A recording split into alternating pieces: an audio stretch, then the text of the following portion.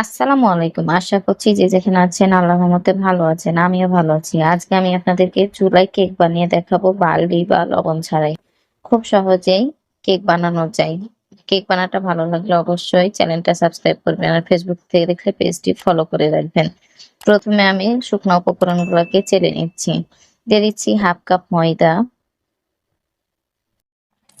দিয়ে দিচ্ছি half cup গুঁড়া দুধ, ১ চামচ বেকিং পাউডার।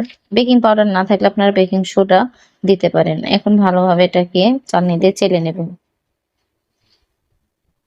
এভাবে চালনি দিয়ে চেলে নিলে শুকনো উপকরণগুলো খুব ভালোভাবে মিশে যায়। আর উপরে যে দলাগুলো আছে এভাবে হাত দিয়ে মিশিয়ে নিচ্ছি। আমি আবারও পুনরায় চেলে নিচ্ছি। আমি এখানে কিন্তু ২ বার চেলে নিলাম। আপনারা অবশ্যই ২ বার থেকে ৩ বার চেলে নেবেন। তাহলে শুকনো উপকরণগুলো খুব ভালোভাবে মিশে হয়ে যাবে। আমার শুকনো উপকরণগুলোকে এক সাইডে রেখে এখন ৩ টা ডিম ভেঙে নিচ্ছি। আমি ৩ টা ডিমের কেক বানাবো। আপনারা চাইলে এখানে ৩ টা ডিমের বদলে ৫ টা ডিমও দিতে পারেন, ৪ টা ডিমও দিতে পারেন। কারণ ডিমটা যতটা দিবেন কেকটা ততটাই সফট হবে। আমি এখন বিটার দিয়ে বিট করে নিচ্ছি। আমি এভাবে ১ মিনিট বিট করে নিলাম। তারপরে হালকা ভাবে চিনি দিয়ে নেব। আমি এখানে কিন্তু হাফ কাপ চিনি দিচ্ছি। এখানে যদি আপনারা চিনি বেশি দেন তাহলে কেকটা কিন্তু চুপসে যাবে। ৩ টা ডিমের জন্য হাফ কাপ চিনি পারফেক্ট।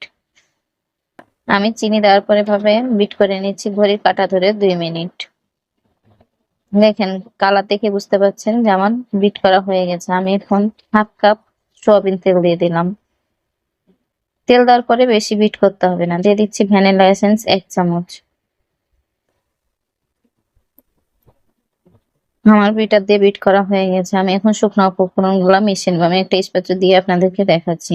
এভাবে শুকনা উপকরণগুলা দিয়ে একটা স্প্যাচু দিয়ে এভাবে নেড়ে মিশিয়ে নেবেন। আলাদাভাবে মেশাতে হবে।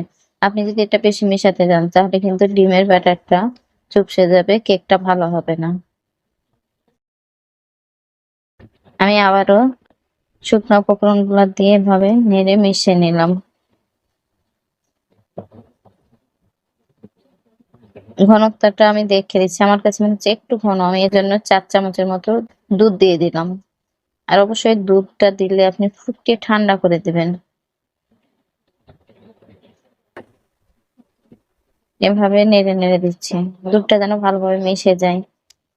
আমার ব্যাটারটা তৈরি হয়ে গেছে। আমি এখন এরকম একটা কেক বানার মোল্ড নিয়ে নিয়েছি।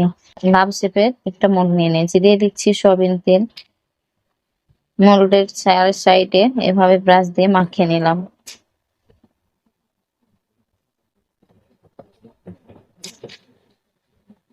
তেলটা মাখা হয়ে গেছে। আমি এভাবে এখন বাসার যে নরমাল লেখার কাগজ সেগুলো বসিয়ে দিচ্ছি।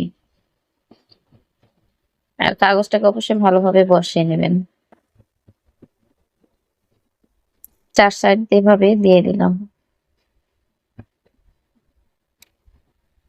একটু ধৈর্য ধরে বসিয়ে নেবেন যেন সুন্দরভাবে সাইডে কাগজগুলো বসে যায়। আমার বসা হয়ে গেছে। আমি এখন ব্যাটারটা ঢেলে দিচ্ছি।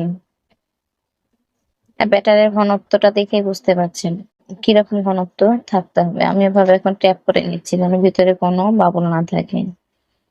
একটা এরকম টুথপিন দিয়ে ঘুরিয়ে নিচ্ছি। তাহলে ভেতরে যদি কোনো বাবল থাকে তাহলে ভালোভাবে মিশিয়ে যাবে। সেট করা গেছে। আমি চুলার উপর একটা কড়াই ১০ মিনিট আগে গরম করতে দিয়ে দিয়েছিলাম। আর অবশ্যই লো হিটে রাখবেন। লো হিটে আমি ১০ মিনিট দিয়ে কড়াইটা ভালোভাবে হিট করে নিয়েছি। আমি ২০ মিনিট পর আপনাদেরকে ঢাকনা উঠে দেখাচ্ছি। দেখেন কতটা সুন্দর হয়ে ফুলে উঠেছে। এখন ঘড়ির কাঁটা ধরে আমি ৪০ মিনিট পর আপনাদেরকে উঠে দেখাচ্ছি। দেখেন আমার কেকটা কিন্তু সুন্দরভাবে হয়ে গেছে। আমি একটা টুথপিন দিয়ে দেখাচ্ছি। আমার ভিতরটা খুব সুন্দর হয়ে গেছে, কোনো কাঁচা নাই।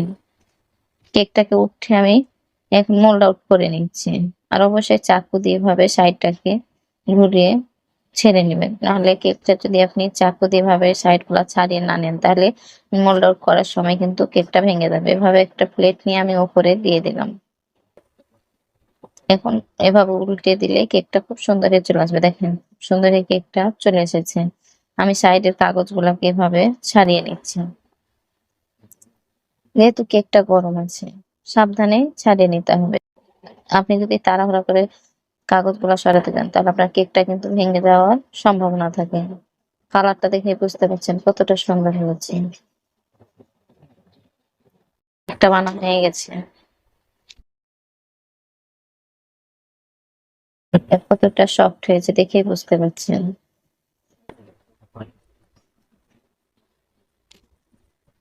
এটা হচ্ছে ফাইনাল লুক। আশা করছি কেক বানানোটা ভালো লেগেছে। ভালো লাগলে অবশ্যই লাইক দিবেন। লাইক দিতে ভুলবেন না। যারা চ্যানেলটা সাবস্ক্রাইব করেছেন তাদেরকে তো অসংখ্য ধন্যবাদ। যারা চ্যানেলটা সাবস্ক্রাইব করেনি প্লিজ চ্যানেলটা সাবস্ক্রাইব করেন। আপনাদের একটা সাবস্ক্রাইব আমার জন্য অনেক মূল্যবান। আমি আপনাদেরকে কেটে দেখাচ্ছি কতটা সফট হয়েছে দেখে বুঝতে পারবেন। দেখেন কতটা সফট হয়েছে। আর এভাবে বানালে কিন্তু খেতে খুব ভালো হয়। না মিষ্টি থাকে, না মিষ্টি কম থাকে। আর এভাবে কেকটা বানালে বাচ্চা-কাচ্চাও খুব মজা করে খায়।